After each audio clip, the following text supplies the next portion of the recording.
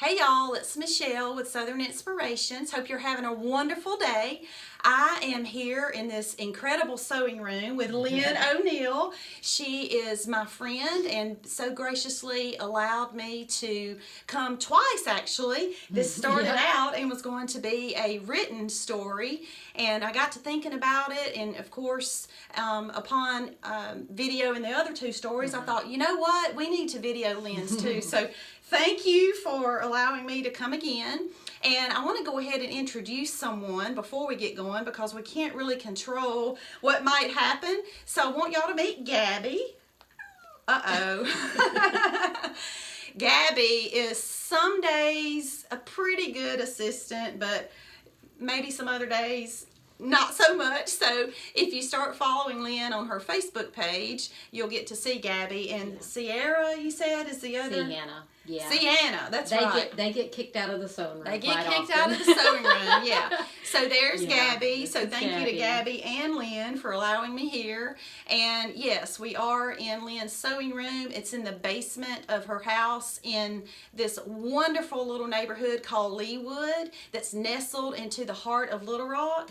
And I love it. Every time I come over here, I just love it. I love the way it looks, and she's done an incredible job with just curb appeal, and you drive up to her red brick house and you just know immediately that you're welcome, and all the beautiful flowers are just vibrant and showing that tender touch that Lynn offers. So we are here today to continue or to round out. This is part 3 of the I Did a Thing series. Didn't know it was going to be called that, but if you watched number 1 with Mary Kay, my sister-in-law actually inspired me to use that. So we're here to talk with Lynn about 2 things that she did out of just her love and her passion and her talents and gifting. So again, thank you. Well, thank you for having me. I appreciate it. This is awesome. Yeah. So we're going to start with sewing. Okay. And if you'll just tell us, I know your business is called Alterations by Lynn. Yes, it is. And I have personally used you several times and so has Hannah. Yes. But tell us a little bit about just your history and your love for becoming a seamstress, I guess. Well, I grew up in the 70s. I lived way out in the country. My dad had the opinion that TVs were not to be in the household, so we had to find things to do. And I developed a love for sewing at about 10 years old. And so I have been learning. Never stopped learning ever since then. Right. I did a lot of, making clothes for my girls especially, and myself. I've made one wedding gown.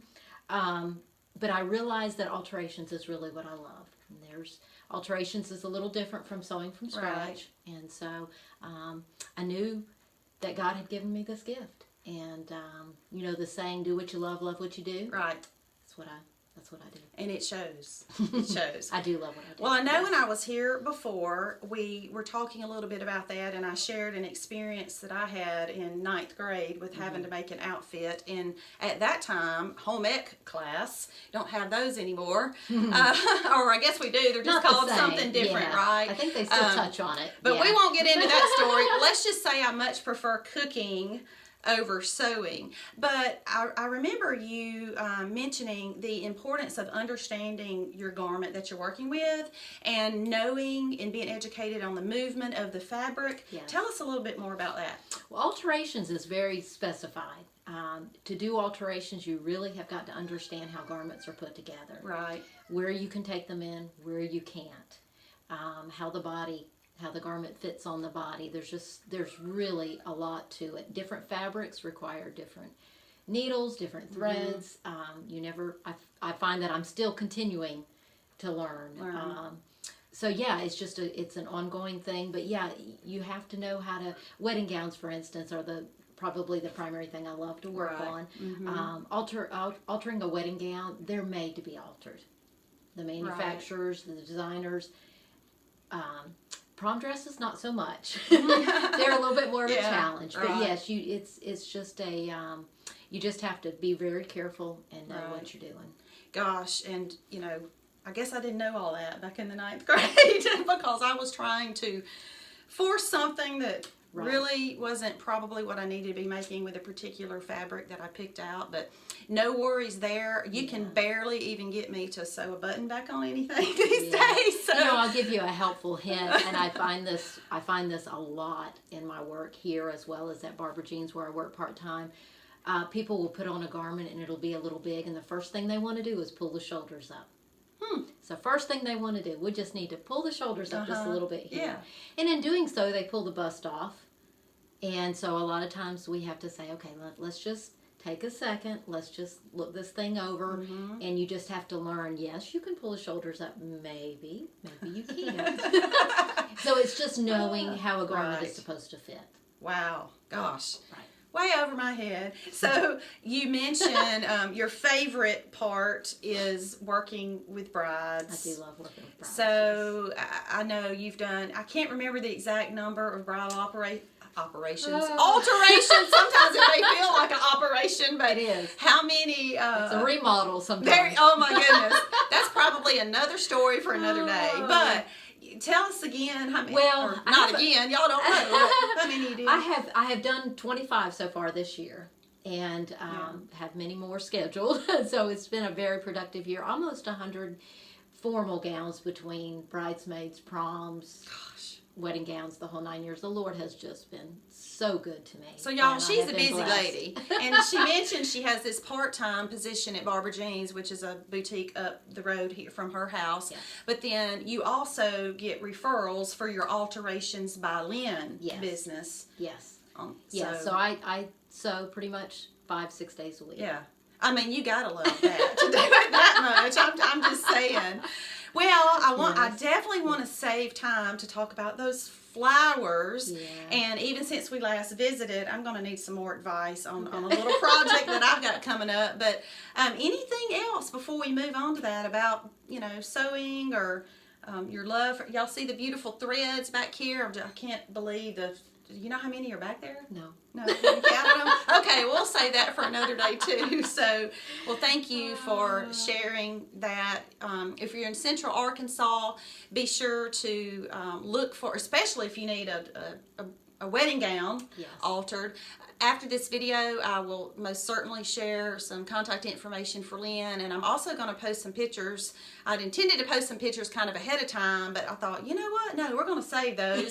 I'll post some pictures that I have of her sewing room as well as her flowers. So speaking of the flowers, coolest story, similar to your love for sewing developing as a little girl, so did your desire to get your hands down in the dirt, right? Yes. I know you were sharing with me before a really neat, cool story about your dad. So share that. Yeah. Well, we had gardens growing up, and when I say gardens, we had fields. It wasn't just a couple rows. It was huge fields, and this was when child labor was acceptable. So this is what we did on the weekends, and we were in the garden picking. I canned. I've done it. You name it, we've done it.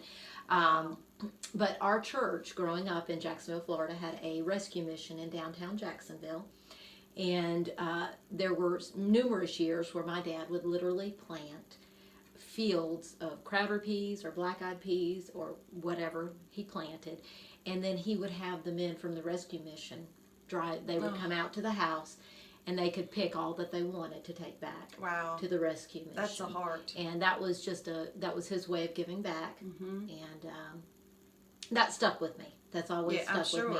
I remember that. The other thing we had cows and chickens and you name it. We ate.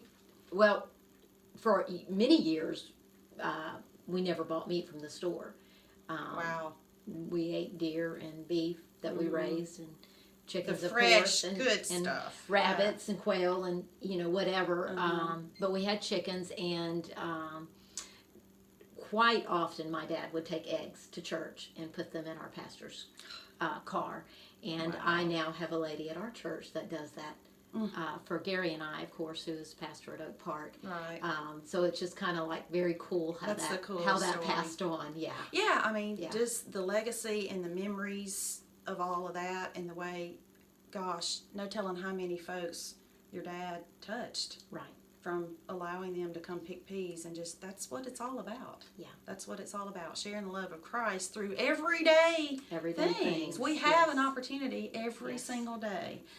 Oh, thank you for sharing that. Yes. I also remember you telling me as well about, was it your grandmother's hydrangea, right? My grandmother had a beautiful hydrangea out her back door. Yeah. I can still visualize it. Right. And you know, when you have those memories, you go, I have to have one of those in my yard. Of course. So so roses are probably my favorite, Yes. but I love gardenias. Their smell is amazing.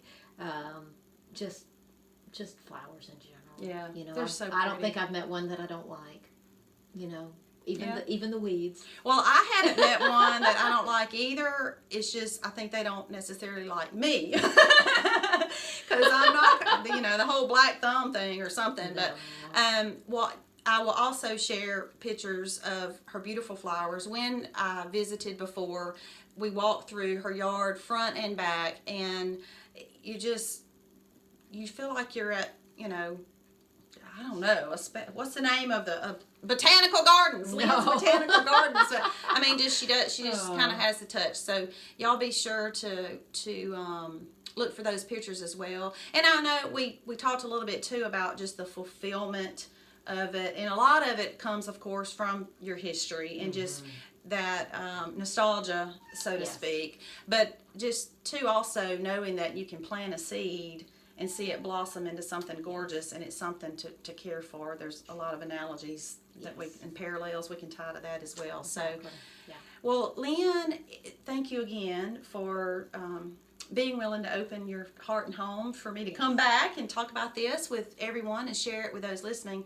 So, speaking of those who are watching, who might be considering doing their own thing, and whether that is taking up a new hobby, starting a new business, learning a new trade, or just something they've always wanted to do and they haven't quite pulled the trigger yet, what would you say to them? How would you encourage them?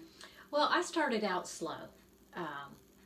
Some people are more dive-in kind. I was more of a, even when I worked for a bridal chain, I would do, on the weekends for people, I would do things. And, just if you love something, do it. Yeah. I mean, if you love it, go for it. Yeah. There's, God puts those skills and gifts, and He gives us those abilities, and that is kind of where, what's the saying? Find your passion, and there's your purpose. Yes. Is that, Yes. Well, so many people are doing jobs that they really don't love. Yeah. And if you can find a job that you really love, it stops becoming a job. Yeah. Right. It's not work anymore. Yeah. That's so true. Yeah. And so that's what I would say. Just dip your toe in the water and try it out. That's right. That's right. Yeah. Well, thank you. Wonderful words thank you for having me. Advice. Beautiful stuff. And thank you to everyone who is watching and tuning in. Thank you for liking our Facebook page and Instagram and YouTube and in the blog. Please keep following and supporting and sharing. The purpose of this is to inspire and encourage others out there to go do your thing. So thank you so much again, and special thanks to Alliance Technologies, our social partner, for making these videos possible. We certainly appreciate. Y'all go and have a blessed day. Go do your thing and live life, y'all.